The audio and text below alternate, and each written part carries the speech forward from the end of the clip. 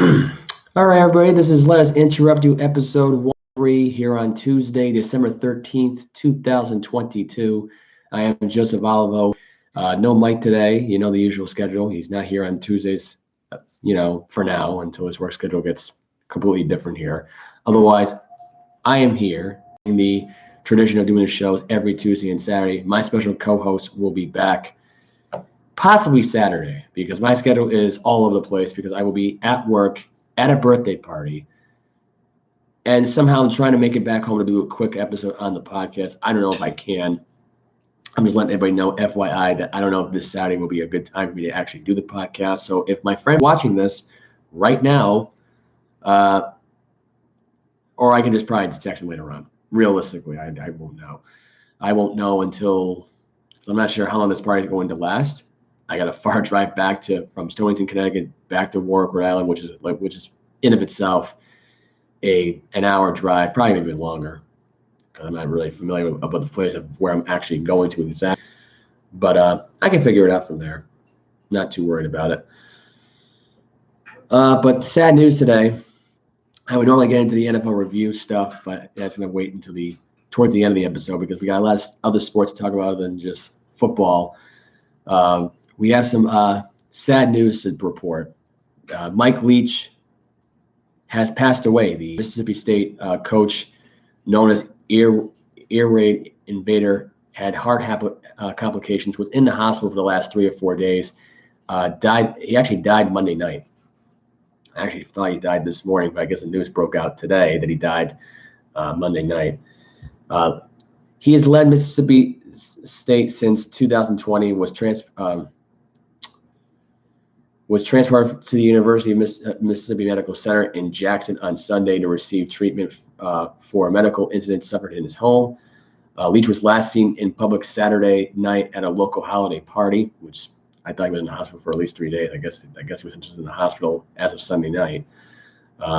Leach's family released a statement on his passing Tuesday morning through the school. Mike was a giving and attentive husband, father, and grandfather. He was able to participate in organ donation at UMMC as a final act of charity. We are supported and uplifted by the outpouring of love and prayers from family, friends, Mississippi State University, the hospital staff, and football fans around the world. Thank you for sharing in the joy of our beloved husband and father's life. This is a guy who's been to at least 19 bowl games out of the 20 plus years he's been coaching college football. Leach was around Mississippi State for pretty much for a long time. He's been doing this now for so many years. He started out as a air raid as Hume offensive coordinator at Iowa Wesleyan from 1989 to 1991. Valdosta State from 1992 to 96. Kentucky from 97-98 before branching off to join Bob Stoops at Oklahoma back in 1999. Got his first head coaching job in 2000. His decade-long career with the Red Raiders, in which he compiled an 84-43 record within 10 straight bowl appearances, becoming the winningest coach in program history, came to an abrupt end when he was ultimately fired during an investigation into alleged inappropriate treatment of a player. After 2 years out of the game, he reemerged at Washington State in 2012, similarly turned around the Cougars with a winning season in 4 of his final 5 campaigns, including an 11-2 mark in 2018. Mississippi State hired Leach away in 2020. A month after his rival Ole Miss brought Lane Kiffin as a coach, the Bulldogs went 15-10 in his last 2 seasons, with Leach compiling a 158-107 overall record as a head coach at the collegiate level. Just the resume alone screams out college football Hall of Fame coach, hands down. And I think if it's first ballot in that conversation, I'd say it's a definite yes. This guy spent most of his life coaching the college level, whether he was an offensive coordinator, whether he was, really a quarterback whisperer, or a defensive-minded guy. I've always pictured Mike Leach as a defensive-minded guy. He's the type of guy that turns teams around. he turned Texas Tech around, which Texas Tech has had some great stuff in the early 2000s. If it wasn't for his coaching and the culture there, Texas Tech would have never reached glory. They would have been such an afterthought at this point. To go from that to Cliff Kingsbury, who can't even coach now in the NFL, is just unfortunate at this point. It's unfortunate that Leach had to pass away. Condolences goes out once again to the friends, family, and all the football fans out there who love Mike Leach, the players who love Mike Leach. 61 years old, very young for Mike Leach. But he was a great, as far as collegiate level coaches go and coordinators go, he's one of the tops. He belongs in the conversation with Nick Saban. He belongs in the conversation with Les Miles, Bear Bryant. The list goes on. Just again, it amazes me that he had passed away. I was stunned. I knew Leach was having some health problems. The guy was going through some heart issues for a while, but he had some complications with his heart over the weekend. It was only a matter of time. Unfortunately, he did pass away as of last night. And thoughts and condolences go out to the friends and family for Mike Leach. Again, very sad to start the show like this. Believe me, I really did not plan on starting this episode today by really talking about this, because I thought this guy, he was a great coach, legendary coach. And I think in Mississippi State's honor, they have to make a statue for Mike Leach. And even if it's not there, then Texas Tech. I mean, I would say most of his success went to Texas Tech, if we're going to really be realistic here. He's the only great coach they've had in the last decade there.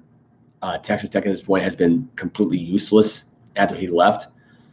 So I'd say either do a Mississippi State or Texas Tech. You could probably do both. He was well known in the Texas Tech community and the Mississippi State community. So we'll see. We'll see what happens. Let's get into the FIFA World Cup news today. We got breaking news right out of the gate from that one. Lionel Messi putting on a show as Argentina gets the 3-0 win over Croatia. That just went to final as I was just heading on here. Messi becoming Argentina's top World Cup goal scorer, as he was the man today in this game. Messi, who's 35 years old, overtook Gabriel Batista's previous record of 10 goals, which he scored back in 94, 98, and 2002's World Cups. Messi putting Argentina ahead in the 34th minute from the penalty spot following a foul on Julian Alvarez by Croatia. And the goalkeeper today was Dominik Livakovic. Messi now has 11 goals, which also ties him for 6th in the most goals in the history of men's World Cup, with Sandor Kostis and Jurgen Klinsmann. Only Masro Klose has the lead right now at 16. Brazil's Cristiano Ronaldo has 15. Jared Muller has 14. Just Fontaine had 13, and Pelé had 12. Now ahead of him. He is the oldest man to score 5 goals at a single World Cup level, with France's Kylian Mbappé, if I'm even saying that name right, which I don't think I am, in the race for the Golden Boot.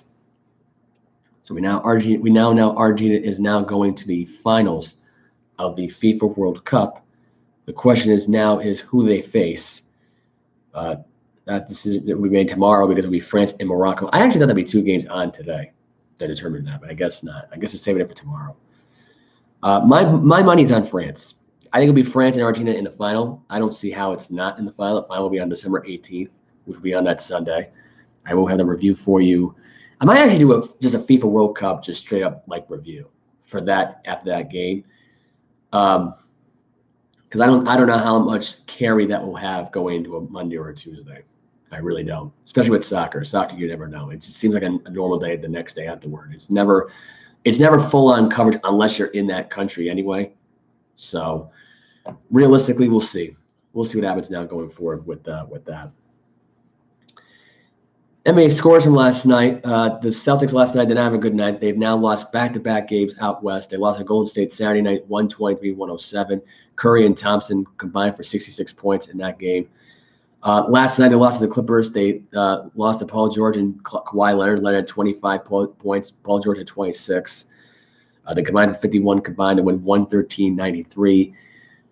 Mavericks beat the Thunder 121-114. Trailblazers beat the Timberwolves 133-112. Spurs win 112-111 over the Cleveland Cavaliers. The Heat beat the Pacers 87-82. The Nets beat the Wizards 112-100. And the Memphis Grizzlies beat the Hawks 128-103.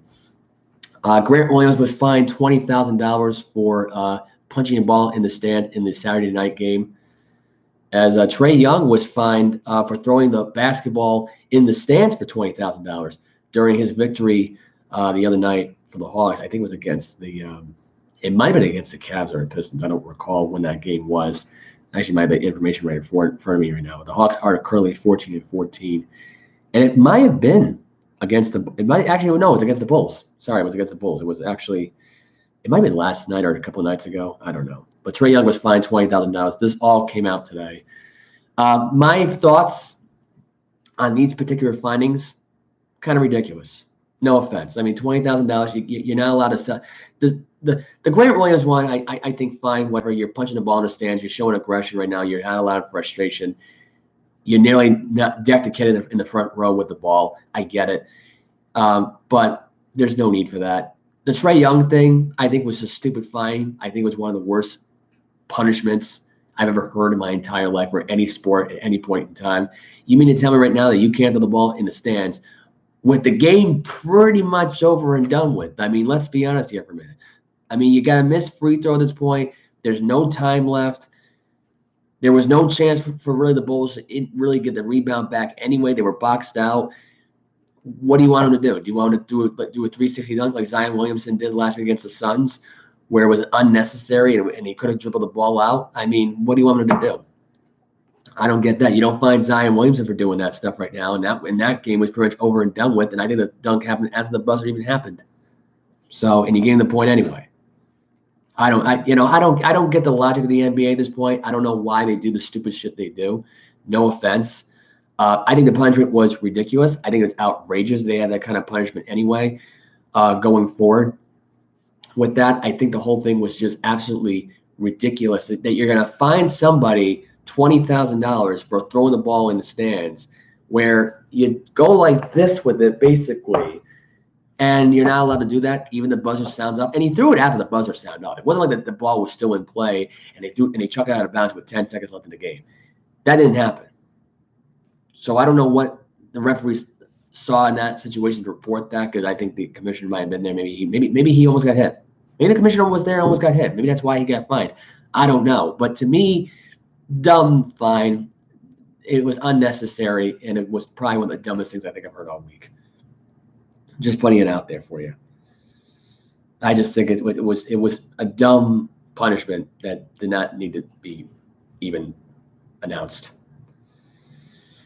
Cade Cunningham, second-year man out of Oklahoma State, having season-ending surgery on his shin. So he is done for the year for the Detroit Pistons. And you want to know something right now at this point? Good. I don't think this kid really wanted to play. I think this shin injury was lingering for a while now at this point. He figured this team ain't going to go anywhere this year anyway. Screw it. They have the worst record in the NBA right now, as far as I know. They're 7-22. They're 0-5 against their division. They're 4-9 at home this year. 3-13 on the road, and they're 2-14 against the conference. Think about that for a minute. You're 2-14 against your own conference, against the conference at this point. That's kind of scary. Okay, that's kind of scary. And I think, honestly, the Pistons, I don't know what else to say here. No one wants to go to Detroit basketball anymore. Detroit's been a complete laughingstock. Ever since Chauncey Billups left, ever since Rich Hamilton left, Ben Wallace left, Rasheed Wallace left, they've been a complete laughingstock at this point. I mean, I don't take this Pistons team seriously at all. They're not a serious contender. They had a fake year when they made the playoffs that year, and they got swept. And they had Blake Griffin on the team. And everyone's like, oh, it's because of Blake Griffin they lost in the sweep. Like, no, because you have no talent. You're a talentless team. You're a lousy team. You should not be taken seriously at all at this point. In fact, they should think about relocating somewhere else. In fact, realistically at this point, I think they should go play basketball somewhere in the where they could be at this point. Where could they go? I mean, at this point, they could relocate and go play in Las Vegas. It'd be great. They could take them out of the Eastern Conference. You had another team in the West. You basically would be at this point you'd be having 16 teams in the Western Conference. I think because I think this case is 30 teams. So you go from really from 15 to 14 in the East, and you go from 15 to 16 in the West. Because Detroit just stinks. There's no other way of looking at it. Detroit, the Pistons just stink. They have no business being in Detroit anymore. They made that arena a complete laughingstock. Their fan base is terrible. I don't think anybody really even cares about going to the games anymore. I think they just go there just to see Cade Cunningham. Every time I watch a Piston game and I watch their fan base, I've never seen any other different jersey worn besides Cade Cunningham. And the guy, honestly, is not helping the team at all. So if you want to root for a guy that completely hates your team, go for it. The sin surgery, look, I hope he recovers well. I hope he does great for you guys. But honestly, he didn't want to be there. He does not want to be a Detroit Piston. No offense, he doesn't. I'm not saying this is a fake surgery or fake injury. I'm not saying any of that fake news stuff. I'm just saying you got a guy like that who's that talented, and he's getting hurt on the floor, that he's risking his body, and you don't have anybody else to help him. I mean, what can I say? Your team stinks as far as I'm concerned. The roster, I think, honestly, is just laughable at this point. I mean, you got Marvin Bagley, who should be a lot better. Bojan Bogdanovic. This team right now should be rocking and rolling. They should be a lot better than the Hornets, who've got nobody right now besides Ball, and I don't think he's even playing. Hayward, who's out. You're better than the Magic. You're better than the Washington Wizards right now at this point. You should be above those three teams I just named, and you're not. You're a lousy team. I don't know. To me, it just seems weird. It really does. I just think there's no other way of there's no other accountability besides that, really. NBA is renaming the MVP after Michael Jordan in the awards update. They created a trophy in honoring him, and I guess apparently Michael Jordan is not liking the message. It's not liking the fact right now that they're allowing that to happen at this point. I think it's mainly because of Bill Russell. I didn't really read the article of why he said it wasn't really relying on him, but anyway, so the league unveiled the newly designed Michael Jordan trophy on Tuesday, along with 5 other re-imaged trophies named after the pioneers that will now be presented in the NBA end of the season performance award winners. Jordan was a 5-time MVP winner during his 15-season career. Only Kareem Abdul-Jabbar, who's among the league social justice champion award, is named. One MVP has now won 6 of them in his life. Denver Nikola Jokic has been the first version of the new trophy at being named MVP. He's gotten the trophy at least twice now. In addition to the Jordan Trophy, you got the Hakeem Olajuwon Trophy for Defensive Player of the Year, the Wilt Chamberlain Trophy, which is Rookie of the Year, the John Havlicek Trophy, which is the Sixth Man of the Year, and the George Mikan Trophy for Most Improved Player. I like these trophies. I don't see what the issue is with those. I don't know if there was a problem with this whole thing. I don't know what the story may have been at that point, but I hear stuff like this and I just shake my head because I don't know what the problem with Michael Jordan is being mad about that stuff right now. Shouldn't you be happy that you got a trophy like that? I mean, are you mad because you're not a 6-time MVP winner like Kareem Abdul-Jabbar is? And maybe you should go to him, maybe? I mean, if you want, you can go to the NBA and complain. But really, he's got other problems besides that because he's got the Charlotte Hornets who stink. Plain and simple. You got the 2 Ball brothers who produce nothing for you. One of them's not even playing. You got Gordon Hayward right now who's got his wife doing his angry Karen attack on the team because he got injured. And Gordon Hayward, who's made of glass anyway. So I don't understand what the problem is at this point, why the wife's doing the dirty work for him. But Gordon Hayward's got tiny balls. That's all I got to say. I mean, I've been meaning to say this now for a while now at this point, but Gordon Hayward's got tiny balls. He's made of glass. He's got no balls. That's basically what I'm saying at this point. And Michael Jordan at this point has no ground to stand on here to complain about a trophy being named after him. Because why? Because you got a bad team as an owner. You were a great basketball player. It does not generate here at this point. You can't think old generation to the new generation because it's a totally different generation, totally different era in the NBA. Everything is soft now in one of days. You can't say nothing. It just, and it's not within sports, it's within society. So that's it. That's just my take on the whole thing. And I think Michael Jordan, if he's really mad about having a trophy named after him at this point, which honestly, if you want my honest opinion, I think really it should go to Kareem Abdul-Jabbar anyway, a guy who's won MVPs and who's won more championships than Michael Jordan. If I had one thought here, it really should go to him. But personally, Michael Jordan, I'm fine with that too. I'm fine with that too, especially the way the trophy looks. If you haven't gone to look at the trophy, go look at it. It's on ESPN.com. It's on CBS Sports. It's probably on Google right now by this point by now. Go ahead, type it in. Go on Google Images. It is what it is. I mean, I don't know what the problem is with Jordan is and why he feels the way he feels about it, but you know what? Whatever. He probably needs his diaper changed. Anyway, Lillard had a record as of last night. He shot 11 threes last night. Came close to tying Steph Curry's record. And he also got the most threes for Portland Trailblazer of all time. So there you go. That's some news there on the news front there. As far as games that are on tonight, as far as I know, we have games that are on tonight. We got Warriors Bucks on tonight at 7:30. We have Celtics Lakers on at 10 o'clock. Kings 76ers, Suns Rockets, and we have Pelicans Jazz. Pelicans, by the way, who've got the second best, or actually the third best record right now in the NBA, behind the Bucks and the Celtics. Think about that for a minute. The New Orleans Pelicans this year. If anyone would have told me this year they'd be the number one seed this year, I think you're insane. But they're the number one seed this year. And I think right now at this point, I don't know if they're considered the best team yet in the West. If I had to say right now who's the best team right now, it may go to Denver. It may actually go to the Denver Nuggets, realistically. It may actually do it. But I think, honestly, the way the season has gone, the Pelicans so far have been a great team right now. They've been an awesome team. I think they have a chance right now to make a deep run for it. I don't know if they'll win.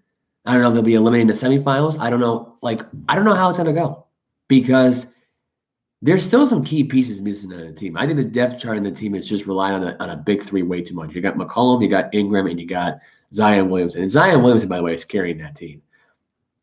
You don't really hear about McCollum as much. You don't hear about Ingram as much. You hear more about Williamson more than anything else. He's basically carrying the team right now at this point. It's all him by himself, and which is probably why he's been injured. I mean, you got to get people who will step up to the plate here and are willing to try and not just have it on Zion all the time. So that's going to come back and bite this team. It really is. It's going to be very telling how this is going to play out. We got some hockey stuff to talk about. Bruins did not play last night, but the Devils did. They lost a 4-3 game in New York in an overtime loss. Senators beat the Ducks 3-0. Blues beat the Predators 1-0 in overtime. Wild beat the Oilers 2-1. Penguins beat the Stars 2-1, and the Canadiens beat the Flames 2-1. And that was in the shootout actually. As far as stuff has gone though. And if we had to talk about how far, what has been happening, what's been insane, I want to talk about this stuff because I think it was actually interesting news that I heard about this week. If I actually have the stories here, let me just see if I do. I guess I don't. I thought I would have the information on here. I guess I don't. No, I don't have the stuff on here, which is amazing. I thought I was going to have some impressive stuff to talk about for as far as news that have gone here. The Devils have been on a streak lately. They've been on a 10-game, I think they were on a 10-game winning streak, I guess. The first team to do the quickest to have 10 straight wins on the road, I guess, in less than 26 games. You got Alex Ovechkin, who's trying to get to 800 goals. You have the Bruins, who've been on fire. They're 13-1. They beat the Vegas Golden Knights the other night 3-1. Just a lot of stuff to go around here. The commissioners are trying to raise the salary cap to $1 million at this point. I think they should raise it up more. Letang came back from a stroke. I think he suffered 2 strokes right now. And I think these have come less than a year because I'm pretty sure less than 10 months ago, and if I'm mistaken this, I'm sorry, but didn't Letang suffer a stroke back midway through the season last year?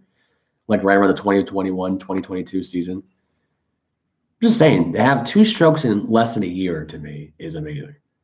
I'm just saying. I just find it really amazing. But Ovechkin's close to 800 goals. He's trying to get to chase Gretzky and probably break his record. Golden Knights place Jack Eichel on the IR. And actor Reynolds would be great for the Senators, I guess. I guess actor Ryan Reynolds is trying to pursue and buying the ownership right now for the Ottawa Senators. Had some more hockey news on there, statistic-wise on there. I guess I don't have the stats in front of me right now to talk about it. But the games that are on tonight, as far as the games that are on tonight, let's take a look at what games are on tonight. You got Islanders and Bruins on tonight. You got Stars and Devils, Ducks and Maple Leafs, Oilers and Predators, Golden Knights and Jets, Flyers and Avalanche tonight. LA Kings playing in Buffalo to take on the Sabres. Carolina Hurricanes taking on the Red Wings. Columbus Blue Jackets taking on the Florida Panthers tonight. There's more games here. You got Kraken taking on the Lightning, Capitals taking on the Blackhawks, and you have the Coyotes taking on the San Jose Sharks. So that's your NHL review as far as that goes right now at this point. We banged right through it here, folks. Basketball talk and all that stuff right now. And don't worry, you'll see this on my Facebook story and the Instagram story of all the final scores. So I'm not gonna get through Tuesday, Wednesday, Thursday, Friday, Saturday scores on the podcast Saturday. That'd be way too freaking long. So you don't have to worry about that. Going to talk about NFL stuff. We're going to get into NFL scores from over the weekend. Bills beat the Jets over the weekend here. We'll start with that game. This was a pretty solid game defensively by both teams. It was scoreless in the first quarter. What turned the whole game around was TJ Mosley's Troy Polamalu fail. He was trying to do a Troy Polamalu leap over the entire line and tackle somebody, but he was drawn off sides, which set up a Dawson Knox 24-yard touchdown pass towards the end of the second quarter, made it 7-0. Zovian Knight got a 13-yard run, made it 7-7. Josh Allen can also leap over the field right now at this point, make some big plays. Got the first down conversion. That led to a 5-yard touchdown run. Tyler Bass got a 38-yard field goal, make it 20-7. There was a safety and a field goal by the Jets, but it wasn't enough because in the end, Mike White just couldn't get the job done. Bills beat the Jets 20-12. That was your final. And now Buffalo improves to 10-3. They are still number one in the NFC East, the AFC East. I do apologize for that. I will say this though about Buffalo over the weekend though. Josh Allen and the Bills offense are starting to decline for whatever reason at the wrong time. I know that it's bad weather there in Buffalo. They're dealing with the snow. They're dealing with the rain. But they've got to learn how to practice within this stuff right now because whatever they're doing right now for practices right now, it just ain't working. And it's not a realistic thing. Mike White got knocked out of the game twice. He got hit twice in the rib cage. They're saying I think he's day by day with a rib injury, I guess. It's not broken ribs. Maybe bruised ribs, but it's not broken ribs, which is good. Zovian Knight, who's in there for Carter and also in for injured Breece Hall. Knight has been a difference maker for the Jets, I guess, since Hall and Carter, I think Carter the third, was not playing this game, or Carter the second. I don't know. I get the brothers mixed up all the time. I can never remember who's who on that team because they both have similar numbers. So it's hard to comprehend what number they are. Joe Burrow and the Bengals taking on the Cleveland Browns in the Battle of Ohio. By the way, the Bengals or Joe Burrow going to the game was 0-4 against the Browns. Well, he finally got one. Got a 23-10 win over the Browns. Open with Jamar Chase, 15-yard touchdown pass from Joe Burrow. Browns got a field goal. Sammy Perine ran in for 1 yard from 6 yards out. Made it 14-3. Trenton Irwin got a 45-yard touchdown pass from Joe Burrow. David Njoku got a 13-yard pass from Deshaun Watson. And Ed McPherson got a 30-yard field goal, which made it 23-10. That was your final. Burrow, 18 for 33, 239 yards, 2 touchdowns, 1 pick. Deshaun Watson went 26 for 42, 276 yards, a touchdown, and a pick for him. His second game back, he's 0-2. I don't think this is rust. And the more I think about this right now, people want to look at me and say, oh, this is rust. I gotta look at it like this. If you're working out and you're playing in preseason games and you're still suspended for 11 weeks, which, by the way, if you're playing in preseason games, which is what Washington was doing, this is not rust. If you were practicing with the team off the field at this point, if you had meetings with your teammates, in contact with him, which I know he's had. I don't believe the whole thing of, well, they never had any prior connections to one another. They had flights out there to Hawaii with just watching the team and nobody else. So, I hear this stuff all the time saying how he's rusty. It's going to take time for him to get back into it. Look, the reality of it is at this point, this wasn't rust. This is just basically Donovan Peoples-Jones at this point and David Njoku being the only two players that show up and really one Amari Cooper who does nothing because he does not want to be with Cleveland. Obviously, he hated the idea of being traded there in the first place. He wanted to stay with Dallas. It's been going on from day one. Jacoby Brissett was the only bright spot for Amari Cooper because he actually wanted to play with him. That's really it. There's no other way of sugarcoating it. That's just the way it is. I think Cleveland at this point is not going to be a playoff team this year. I think Kevin Stefanski is going to want out from this team.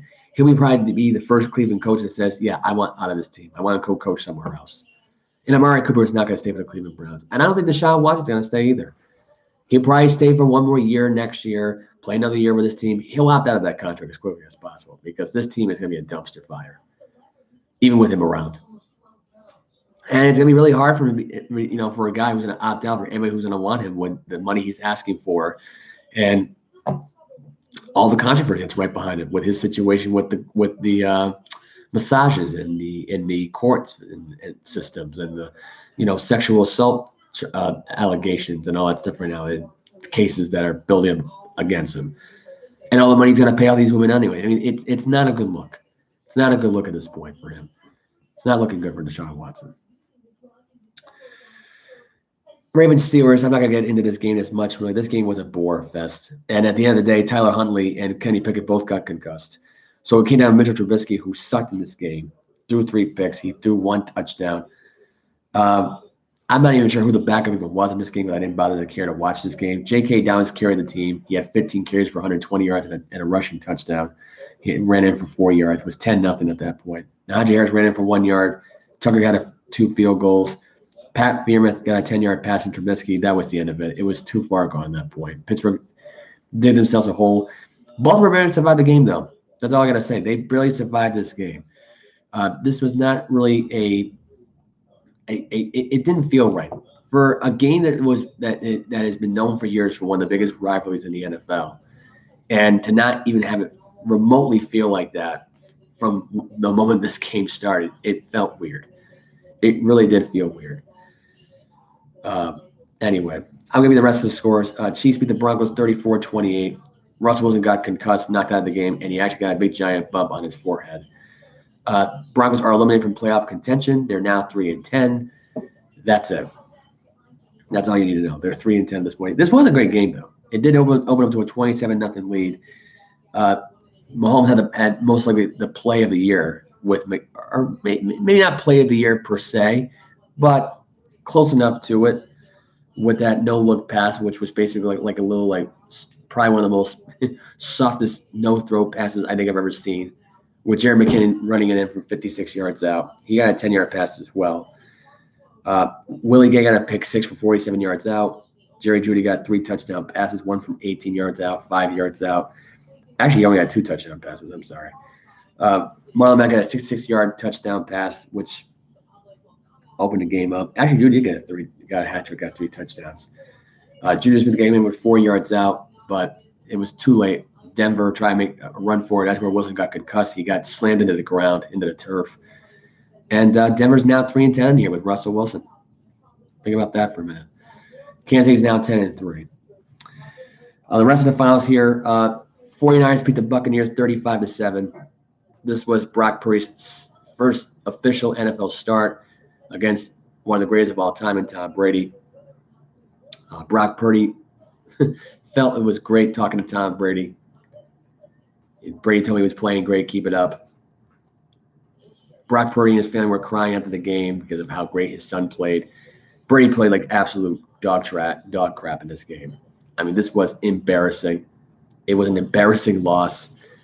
Tampa Bay's as far as I'm concerned at this point, Colin Cowherd said it the other day on his podcast that Tom Brady's not done in the NFL. He's done with the Bucs, but I think he's done with the NFL. I don't see the way he's playing now at this point, the way he's missing throws, the timing, the collaboration. It's all out of whack. There's no shot this guy even comes back next year. I don't see how he does. He's not making himself look good value-wise at this point. And if Fox is offering you $400 million, just take it. Take the broadcasting job, Tom. It's okay. You did what you had to do at this point. You played until you're 45 years old. Just take the job. I can't watch him play like this anymore.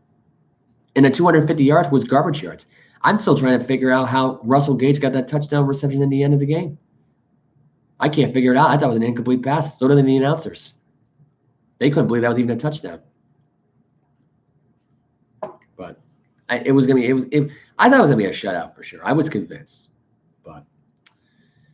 And really, the game got all out of whack once Suckup missed that 55-yard field goal, which made no sense to go for that kind of risk to begin with that early in the game, because that set the 49ers up to win from the moment it happened. I knew when that field goal was going to be missed at that point, and it was all over. That was it. Purdy right now is sitting pretty right now in San Fran right now, going to it. Technically 1-0 because it's a start for him. He came in relief last week for Garoppolo, but he's technically 2-0. He is 2-0 when this guy plays football. Doesn't matter if he starts, doesn't matter if he comes in relief. Technically, he's 2-0. They had a scary moment throughout the game. Deebo Samuel suffered a high ankle sprain. Luckily, it was not a torn ACL. He had to get Carr off the field. Everyone was scared to death that this guy was going to be done for the year. He started out the game with a 13-yard run. Purdy got a 2-yard run himself, made it 14-0. McCaffrey had a 27-yard touchdown pass from Brock Purdy. Also doing a 32-yard pass to Brandon Ayuk, and McCaffrey ran in from 38 yards later on, and then that's when Russell got the 8-yard pass from Brady. Brady was 34 for 55 in this game, 253 yards, 1 touchdown, 2 picks. Brock Purdy had 16 for 21, 185 for 2 touchdowns. I think he threw for like 150 yards before the end of the first half. He really didn't do much in the second half of this game. McCaffrey had 14 carries for 119 yards and a touchdown. Ayuk had 2 catches for 57 yards. Godwin and Evans combined for 9 catches in this game for about, I want to say, 98 yards, I believe, and no touchdowns. So that's all you really need to know in this game. This game was already over from the missed field goal. Right before San Francisco scored their first touchdown, this game was already over. Cowboys avoided an upset, beat the Houston Texans 27-23. Detroit Lions beat the Vikings 34-23. Jaguars beat the Titans 36-22. Eagles beat the Giants 48-22. Panthers beat the Seahawks 30-24. The Chargers beat the Dolphins. Yes, you said it. I said it right here. The Chargers beat the Dolphins 23-17. And last night, Monday Night Football, Patriots beat the Cardinals. Stevenson was injured in the game. Kyler Murray tore his ACL for the Cardinals. He's now been ruled done for the year. So the Cardinals are screwed. They're completely done. And Cliff Kingsbury will be out of a job by the end of the season. I'm convinced of that now because I'll be stunned if he keeps his job. This game opened up with with a field goal with Prater. Then Kevin Harris, the rookie, came in there. He got a 14-yard run. Prater got another field goal. James Conner got a 10-yard run. Nick Folk hit the 51-yard field goal before the end of the first half. Nick Folk hit another field goal. And DeAndre Hopkins was catching a play. I don't believe this was a comeback route. I think it was a flood route, and it was a fumble by Raekwon McMillan. He returned it for 23 yards out. He did not force the fumble. I think it was Jonathan Jones who forced the fumble, if I'm not mistaken. And then after that, Pierre Strong Jr., who was penalized a couple weeks ago against the Vikings, got a 3-yard touchdown. I put the game away. Mac Jones, not so hot in this game, was 24 for 35. He threw for 1 pick. McCoy was 27 for 40 for 246 yards and a pick. Pierre Strong had 5 carries for 70 yards. He had a big run for 44 yards. James Conner had 15 carries for 85 yards and a touchdown. It didn't matter, though. Patriots got to win 27-13. They proved me wrong. It seems like every time I bet on the Patriots to lose, they win. I'm just convinced of that now at this point. I'm more convinced of that more than ever. But Mac Jones, not so great in this game. I didn't think he was overall outstanding in this game. Tua had like the worst weekend out of all of them. He was 10 for 28 in the game, 145 yards out for 1 touchdown. You would think he'd have more because he threw a 60-yard bomb to Tyreek Hill, but he didn't. That 60-yard bomb gave him the 145 yards he had in the game. Tyreek Hill also had a 57-yard fumble recovery. The ball was forced out. Jeff Wilson coughed up the ball. It was a scramble for the ball. Then Tyreek Hill picked it up, ran around the other side of the field, and took off for 57 yards. Justin Herbert was on fire in this game, went 39 for 51. He was throwing dimes. 357 for 1 touchdown, no picks. Eckler had 15 carries for 45 yards, and Morstead had 11 carries for 37 yards. Mike Williams had 6 catches for 116 for the Chargers and a touchdown. Tyreek Hill had 4 catches for 81 yards and a touchdown as well. Eagles-Giants in this game. I'm just going to go by the stats here at this point. I'm going to give you the quick stats here, quick rundown. They are the first team to clinch the playoffs. Congrats to them. Jalen Hurts with 21 for 31, 217 yards, 2 touchdowns, no picks. Sanders had 17 carries for 144 yards and 2 touchdowns. A.J. Brown had 4 catches for 70 yards and a touchdown for the Eagles. Daniel Jones went 18 for 27 for the Giants. $169, 1 touchdown. Taylor had 2 carries for 40 yards. There was no Saquon Barkley in the game. Richie James had 7 catches for 61 yards and a touchdown. Just gonna fix my hair real quick here. Eagles obviously got the huge win right now. They're now 12-1. Carolina got the upset win of the week. Seattle was favored going into the game, and another loss for Seattle at home. That is very concerning. This was all about Shea Smith getting a touchdown pass from Sam Darnold. Harbaugh got a 2-yard run. This was really about Raheem Blackshear got an 8-yard run. Marquise Godwin got a touchdown late in the game, but it was too far too late. They could not recover the onside kick. Jags Titans. This was a blowout. This was it. Lawrence throwing for 3 touchdowns in this game. Derrick Henry had 121 yards on the ground and on 17 carries for a touchdown, but it didn't matter. This Titan team at this point is not making the playoffs. I don't know how this team's going to win their division, but they're not going to. I'm convinced now more than ever that Jacksonville will be the one that ends up winning their division. I think Tennessee's all washed up with the amount of injuries. Their defense turning soft at this point. I mean, their team's not that good this year. They're not that good. They have a lackluster wide receiving core. Treylon Brooks is more of an injury-prone person than we thought. The guy's constantly injured. He can never have a big game, really, without injuring himself. So that seems to be a problem with this team. Ryan Tannehill is not the quarterback for this team. He's not the answer for this team. I'm sorry. He did put up some good stats, but he's not the answer for this team. Derrick Henry's the one carrying this team. It's pretty obvious. Evan Ingram got 11 catches for 162 yards and 2 touchdowns for the Jaguars. Hooper had 5 catches for 68 yards, but this was no good. Not the best effort in the world. The Lions went off in the game. Okay, there's no other way of putting it. Jared Goff, 330, 3 touchdowns, 27 for 39 in the game. Kirk Cousins had 425 yards, though, and 2 touchdowns, despite that loss for the Vikings. They're now 10-3. Dalvin Cook had 15 carries for 23 yards. They could not run against this team. I was surprised. Justin Jefferson had 11 catches for 223 yards. Think about that for a minute. You have 223 yards receiving, and you still lose this game. I can't figure it out. DJ Chalk had a 48-yard bomb. Williams had a 41-yard bomb from Goff. Rounds had a 5-yard touchdown pass. This game all the way around in the end, though. Justin Jackson had a 15-yard run for the Lions. They're now 6-7, and they're right now probably the most dangerous team right now in the NFC. It's despite really other than the Eagles and the 49ers, the Lions are coming in a close third. I mean, they are a dangerous team. They've been hot. They were 1-6. They've now won 5 of the last 6. They've been dominant at this point. They've been absolutely dominant. And I think they may actually make a case right now to make the playoffs over the Giants and the Commanders. They may actually skyrocket over the Commanders and get into that position. Their next 4 games, pretty simple here. Beat the Jets, beat the Let's see here. Anyway, beat the Jets, beat the Panthers, beat the Bears, and beat the Packers. It's that simple. And I think they can do it. I think they have a shot at beating the Jets in New York.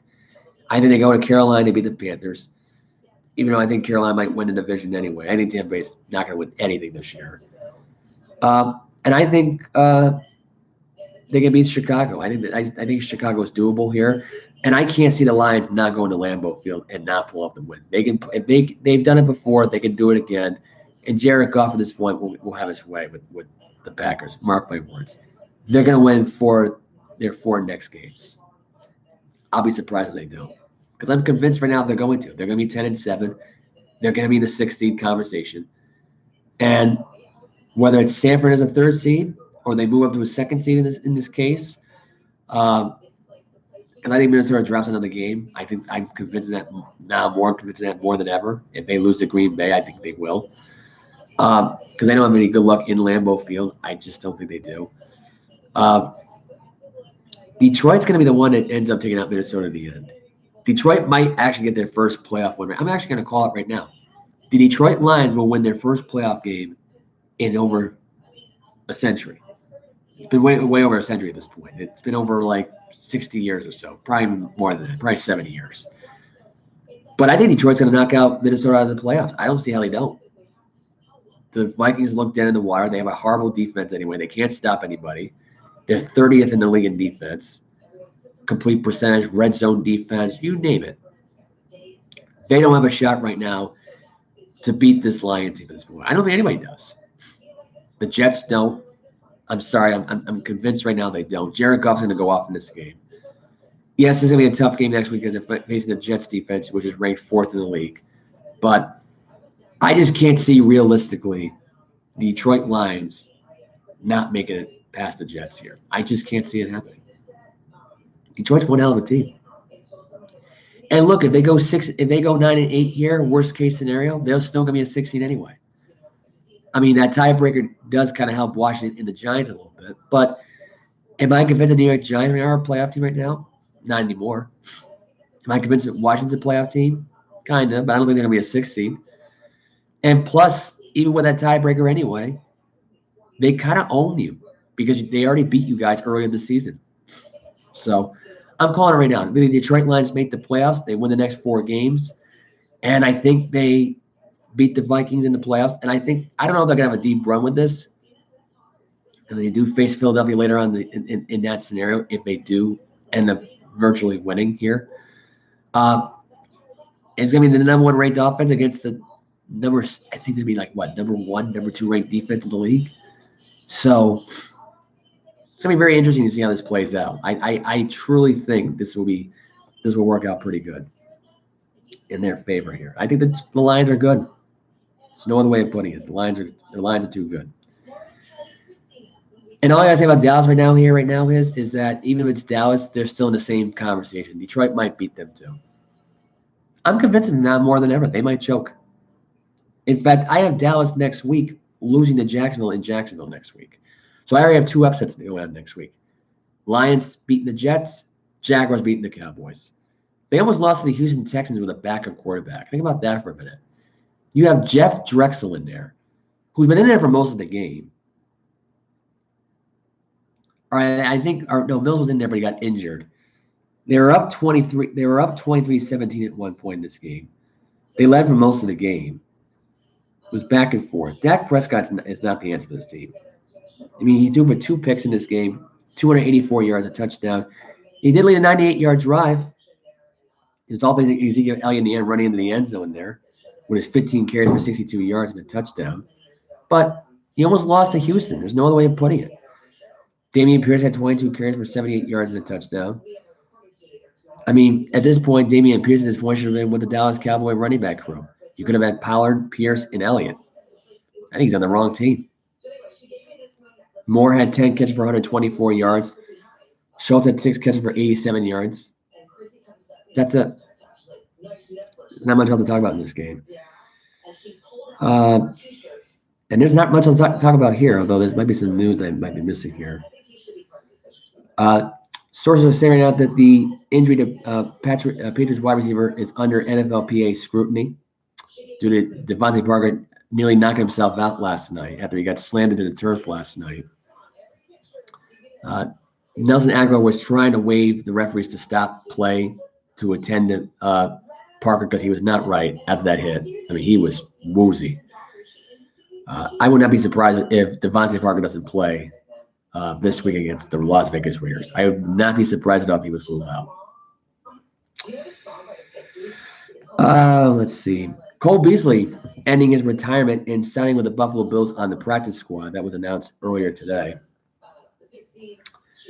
Clemson's Murphy is skipping the Orange Bowl, and he's declared for the NFL draft. That's Miles Murphy. He'll be entering the NFL draft.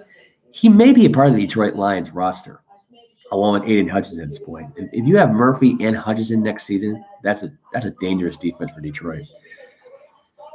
There was an article on CBS Sports, I think it was CBS Sports, that said Detroit might be the new landing destination going forward because the Lions are set.